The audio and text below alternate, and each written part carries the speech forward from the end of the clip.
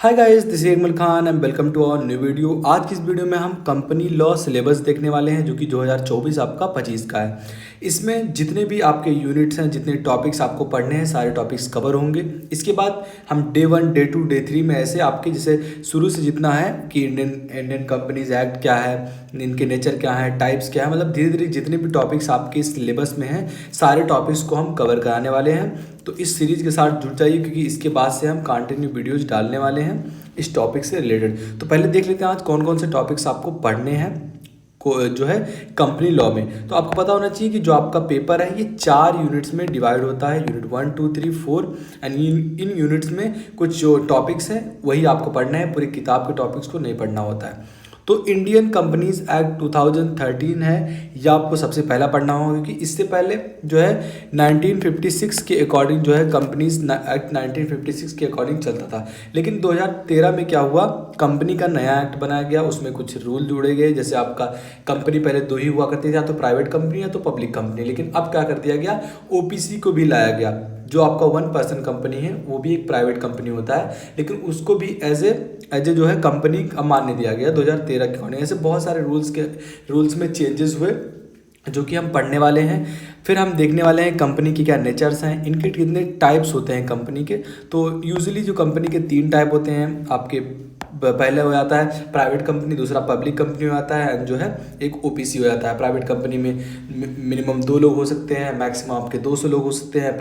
Public company में क्या होते हैं, मिनिमम जो है 7 लोग होते हैं, अनलिमिटेड भी हो सकते हैं मैक्सिमम। तो और 1% कंपनी में तो आपको पता है कि 1 लोग होते हैं as a member, as a cofounder, या फिर कह लीजिए एज ए सीईओ एक ही आदमी होता है। तो यहाँ टाइप ऑफ कंपनी हम पढ़ने वाले हैं डिटेल में। उसके बाद conversion of public companies into private company, मतलब जो पब्लिक कंपनी रहता है इनका कन्वर्जन प्राइवेट कंपनी में कैसे करते हैं, उनके कौन से लॉ होते हैं, एंड वाइस वर्सा जो इनके विपरीत होते हैं इनको भी जानने वाले हैं कि मतलब एक कंपनी को अगर प्राइवेट कंपनी है तो उनको पब्लिक कंपनी में कन्वर्ट हो सकता है कि नहीं हो सकता है, या फिर आपका जो है पब्लिक कंपनी प्राइवेट कंपनी में कैसे कन्वर्ट होता है ये आप जानने वाले हैं। इसके बाद फॉर्मेशन पढ़ने वाले कि कंपनी का फॉर्मेशन कैसे होता है, मतलब ऐसे ही कंपनी नहीं बन जाती है। अब से पहले कुछ न्यू रखा जाता है, फिर कुछ उनके जो है प्रमोटर्स आते हैं जो कंपनी को बड़ा करते हैं, फिर कुछ आर्टिकल्स के द्वारा आर्टिकल ऑफ एसोसिएशन, आपका जो है मेमोरेंडम ऑफ एसोसिएशन, ऐसे बहुत सारे जो है लीगल डॉक्यूमेंट पास होते हैं। उसके बाद कंपनी फॉर्म होती है। इसका बहुत बड़ा एक जो है एक टाइप है जिसको हम पढ़ेंगे। उसके बाद आप पढ़ेंगे प्रमोशन, कंपनी का प्रमोशन अब कैसे करना है, कि हमारा कंपनी खोल लिया, हमने प्रोडक्ट बना लिया, अब उसका प्रमोशन कैसे करें। एंड इनकॉर्पोरेशन ऑफ कंपनी का इनकॉर्पोरेशन करते हैं। फिर आप पढ़ने वाले हैं, आप जो है सबसे इंपॉर्टेंट टॉपिक कवर करने वाले हैं जो कि है मेमोरेंडम ऑफ एसोसिएशन। लगातार एग्जाम में ये क्वेश्चन आपका जरूर पूछा जाता है, मेमोरेंडम ऑफ एसोसिएशन एंड आपका आर्टिकल ऑफ एसोसिएशन। ये दोनों ऐसे इंपॉर्टेंट टॉपिक्स हैं जो लगातार एग्जाम में आपके देखने को मिलने ही वाले हैं, दोनों में से एक जरूर आपको देखने को मिलेगा। उसके बाद आप प्रॉस्पेक्ट पढ़ते हैं। फिर यूनिट 1 यहीं आपका खत्म हो जाता है। यूनिट 1 का वेटेज बहुत ज़्यादा होता है आपके एग्जाम में। यूनिट 1 से लगभग 50 से 60% तक क्वेश्चंस पुट आउट किए जाते हैं। आप कोई सा भी पेपर उठा कर देख लीजिए, इनमें से जो वेटेज रहेगा यही आपका जो है रहने वाला है। आई होप अगर आपकी जो यूनिवर्सिटी में सेमेस्टर, जो आपकी यूनिवर्सिटी का सेमेस्टर है वो अगर थ्योरी का है, then definitely unit 1 is the most important की आपके लिए है, ये आप पढ़ के जाना।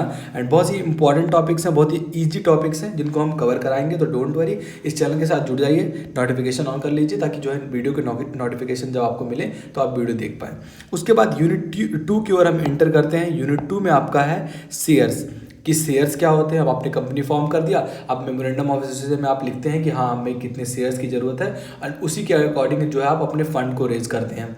तो शेयर्स कितने होते हैं, कैसे होते हैं, या शेयर्स किन्हें कहते हैं, उनके टाइप, शेयर कैपिटल के टाइप कितने होते हैं, अलॉटमेंट, अगर आप शेयर को अलॉट कर रहे हैं पब्लिक के थ्रू तो क्या प्राइवेट कंपनियां भी अपने जो है शेयर्स को अलॉट कर सकती हैं, या बस पब्लिक कंपनियां ही अलॉट करती हैं। तो ऐसा जो है अलॉटमेंट भी आप पढ़ेंगे। उसके बाद मेंबर्स की कितने लोग रह सकते हैं जो है उसमें कंपनी में, या फिर जो शेयर होल्डर्स रहते हैं ये कितने शेयर्स को परचेज कर सकते हैं, उनके मेंबर्स कहाँ तक सीमित है। फिर आपकी कैटेगरीज आते हैं, फिर मॉडल ऑफ एक्वायरिंग मेंबरशिप कि आप कंपनी में अगर मेंबरशिप चाहते हैं तो उनके कितने जरिए हैं। आप क्या शेयर होल्डर बन सकते हैं, आप पार्टनर बन सकते हैं, फर्म की तरह काम कर सकते हैं। तो हाँ, जो कंपनी में अगर आप मेंबर बनना चाहते हैं उनको कितने तरीके हैं ये कह रहा है। उसके बाद राइट्स क्या हैं, उनके लायबिलिटीज़ क्या हैं। फिर transfer and transmission of share पढ़ेंगे कि शेयर का ट्रांसफ़र कैसे होता है एंड ट्रांसमिशन कैसे होता है। ये डिफरेंस जरूर आपका पूछता है। ट्रांसफ़र और ट्रांसमिशन का डिफरेंस एग्जाम में आपको देखने को मिलने वाला है। ट्रांसफ़र आप किसी के नाम पर कर सकते हैं एंड ट्रांसमिशन क्या होता है, जैसे आपके घर में कोई बूढ़ा आदमी है, वो मरने वाला है, आप समझ लीजिए, तो वो अपने पोते को अगर या फिर अपने जो पोती को या फिर किसी को वो ट्रांसफ़र करना चाहता है तो वो ट्रांसमिशन के थ्रू चला जाता है। एंड ट्रांसफ़र ऑफ शेयर उसमें थोड़ा सा माइनर डिफरेंस है, आप पढ़ेंगे तो आपको क्लियर हो जाएगा, इंपॉर्टेंट टॉपिक है। एंड उसके बाद इनमें difference method of borrowing, debenture, mortgage, ये मैंने जो है ये टॉपिक्स कवर करा लिया आपका। मॉर्गेज क्या होता है एंड जो आपके चार्जेस कितने टाइप के होते हैं, fixed and floating. Floating charge लगाया जाता है, फिक्स चार्ज लगाया जाता है शेयर्स पर, वो भी हम पढ़ने वाले हैं। तो यूनिट 2 यहाँ आपका ख़त्म हो जाता है। Unit 1 and unit 2 are the most important units in this chapter, in this company law. तो यूनिट 1 यूनिट 2 आपके लिए बहुत इंपॉर्टेंट हो जाता है। इंडियन कंपनीज एक्ट पढ़ना है आपको, उनके बाद शेयर्स को पढ़ना है। थर्ड जो टॉपिक है आपका मैनेजमेंट, या आपने ऑर्गेनाइजेशन में पढ़ा होगा मैनेजमेंट को कि what actually management works for. तो मैनेजमेंट किस तरीके का होता है, इनके डायरेक्टर्स को आप रखना जानेंगे कि डायरेक्टर्स कैसे बनते हैं, types and number of director पढ़ेंगे। फिर मैनेजिंग डायरेक्टर, फिर होल टाइम आप पढ़ेंगे, होल टाइम डायरेक्टर क्या होते हैं, मतलब मैनेजमेंट की जो की आ गई कि मैनेजमेंट को कौन संभालने वाला है, कौन फाइनेंस में होने वाला है, कौन जो है अकाउंटिंग को संभालेगा, कौन कॉस्ट अकाउंटिंग को संभालेगा, कौन रॉ मटेरियल्स को परचेज करेगा। उनके लिए आप मैनेजर्स रखते हैं, सीईओ बनाते हैं, कुछ एम्प्लॉयज़ रखते हैं। तो वो कैसे होते हैं ये हो गया आपका। फिर अपॉइंटमेंट कैसे होता है, क्वालिफिकेशन एंड डिसक्वालिफिकेशन कैसे होता है। उसके बाद जो है ड्यूटीज़ इनकी क्या होते हैं, उनकी छुट्टियां कैसे डिसाइड होती हैं, रजिस्ट्रेशन कैसे होता है, रिमूवल कैसे होता है उनका। कंपनीज जो मीटिंग करते हैं उनमें डायरेक्टर्स बैठते हैं या फिर शेयर होल्डर्स भी बैठ सकते हैं, या फिर इक्विटी शेयर होल्डर वाले बैठ सकते हैं या प्रेफरेंस शेयर होल्डर वाले बैठ सकते हैं। ऐसे कंपनी की मीटिंग्स को पढ़ेंगे। फिर काइंड्स को पढ़ेंगे, कितने टाइप के मीटिंग होते हैं। आपका जो है 1 मिनट मीटिंग भी होता है एंड बहुत सारे मीटिंग्स होते हैं, एनुअल जनरल मीटिंग होता है। तो इस तरीके से क्वेरम पढ़ेंगे, वोटिंग पढ़ेंगे, रेजोल्यूशन पढ़ेंगे और मिनट्स आप पढ़ेंगे। तो मतलब मैनेजमेंट के बारे में इस थर्ड यूनिट में आप पढ़ने वाले हैं।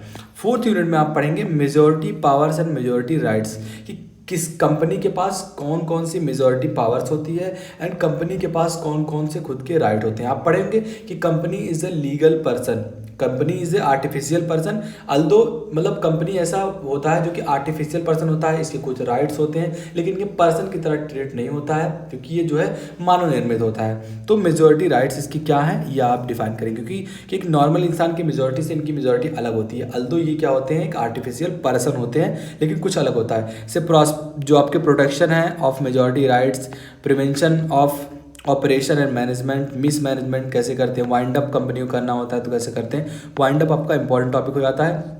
कंडक्ट आपका पिटिशन कैसे करते हैं फॉर वाइंड अप, कि मतलब उसके लिए आप कौन कौन सी चीज़ों को ऐसे वाइंड अप कंपनी का नहीं होता है। कुछ जो है बाहर से, अगर प्राइवेट कंपनी या पब्लिक कंपनी तो बाहर से कुछ लोग आते हैं एंड उस कंपनी के जो वाइंड अप का प्रोसेस रहता है कि कितने लोग का शेयर बाकी है, कितनी कंपनी घाटे में है, तो इसको कैसे मतलब वाइंड अप करना, उसके लिए भी एक रूल बनाया जाता है। तो इंपॉर्टेंट आपका है, पिछली बार एग्जाम में पूछा था कि कैसे कंडक्ट करते हैं आप प्रिटेंशन को वाइंड अप के। फिर appointment of officer and liquidator and duties, इसकी क्या ड्यूटी होते हैं। जो लिक्विडेटर होता है यही जो है कंपनी के वाइंड अप में अपना पूरा योगदान निभाता है। लिक्विडेटर से आपका 3 नंबर में क्वेश्चन बन सकता है, हु इज़ लिक्विडेटर, इसकी क्या क्या काम है, इनकी क्या क्या ड्यूटीज़ हैं, तो आप डिफाइन करना। देखिए एक पैटर्न आपको दिख रहा होगा कि इसमें किस तरीके से क्वेश्चंस बनते हैं, मतलब कैसे क्वेश्चन बना सकते हैं। अगर आप अच्छे से चीज़ों को देखेंगे तो एक भी क्वेश्चन आपका मिस नहीं होने वाला है। देखिए आपको पढ़ना ही क्या है, सबसे पहले आप कंपनी लॉ के बारे में पढ़ रहे हैं तो मतलब कंपनी के नियम के बारे में पढ़ेंगे कि कंपनी बेसिकली होता क्या है, या फिर कंपनी के कौन कौन से रूल होते हैं, कंपनी कौन से एक्ट से चलती है, ये बेसिकली आपको पढ़ना है। तो सबसे पहले यूनिट में इतना अच्छे तरीके से आपका डिफाइन है कि आप जान लीजिए कि कंपनी कैसे फॉर्म होती है। आपने आप कंपनी फॉर्म कर लिया, आप जान गए कि कंपनी क्या होता है, कंपनी कितने टाइप्स का होता है, कंपनी के जो है कौन कौन से इंपॉर्टेंट डॉक्यूमेंट होते हैं, कि आपने जान लिया यूनिट 1 में। एंड यूनिट 2 में आप जानते हैं कि शेयर्स क्या होते हैं। आप अपनी कंपनी बना लिया, आप कंपनी का एडवर्टीजमेंट कर दिए, अब हम शेयर को अपने बांटेंगे कि हम जो है ताकि हम पैसा रेज कर पाएँ, फंड रेज कर पाएँ। अब आपने बहुत सारा पैसा कर लिया, बिजनेस भी रन कर लिया, देन वहाँ बिजनेस रन करने के लिए आपके सामने इंपॉर्टेंट चुनौती आती है, मैनेजमेंट आप कैसे करेंगे, किसको कहाँ करना है, किसको कहाँ बैठाना है, कौन से रॉ मटेरियल्स को कैसे फ्लो करना है, कैसे डिस्ट्रीब्यूशन करना है, कैसे वेयर हाउसिंग में रखना है, ये आप यूनिट 3 में समझ जाते हैं मैनेजमेंट को। एंड फोर्थ में मेजॉरिटी पावर्स एंड राइट्स क्या है कंपनी के, जो बचे कुचे हैं वो आप जान लेते हैं। उसके बाद अगर कंपनी जो है नहीं चल पाई या कंपनी चल पाई तो उसका वाइंड अप अगर करना होता है इन केस, तो आप कैसे करेंगे, लिक्विडेटर को कैसे बैठाएंगे। तो एक पूरा एक सीरीज आपको देखने को मिल रहा होगा कि कंपनी शुरू हुई, कंपनी खत्म हुई, उसके बीच में कंपनी की जितनी भी चीज़ें हैं आप कंपनी लॉ में जानने वाले हैं। तो हम डिटेल में चीज़ें पढ़ने वाले हैं। इसके बाद लेक्चर 1, लेक्चर 2, लेक्चर 3 आने वाले हैं। तो चैनल के साथ जुड़िए हैं, चैनल को सब्सक्राइब करके। मिलते हैं आपसे अगली वीडियो में, तब तक के लिए बाय बाय।